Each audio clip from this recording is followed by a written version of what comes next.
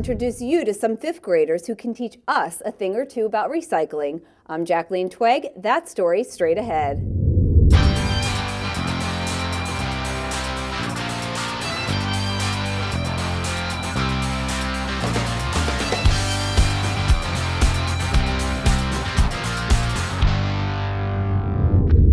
Fifth graders in Norwalk stepped up to the challenge in an art contest to teach us how to keep Norwalk clean and green by way of recycling used motor oil and filters.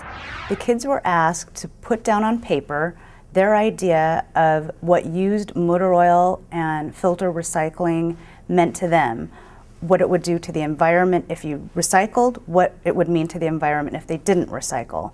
More than 150 students submitted their ideas and their art. Out of those, 10 have been chosen. These drawings will be used now to educate others through a public service announcement. I learned that if you don't recycle oil in the ocean and stuff, the animals are going to get sick and it's going to be bad for everybody. Then our environment is going to be really bad.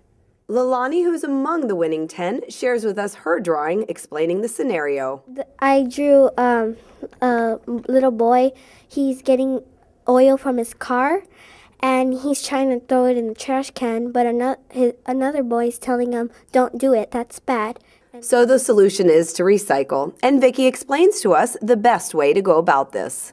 Three options are to take your motor oil and filters to a collection center in the city, to attend a filter exchange event. We have one upcoming in February. Or they can call an 800 number and they can have curbside service where one of our contractors will go out and pick up the used oil right at the resident's home. And as Tracy says, this is something she's learned through the project, and now it's something her family also does.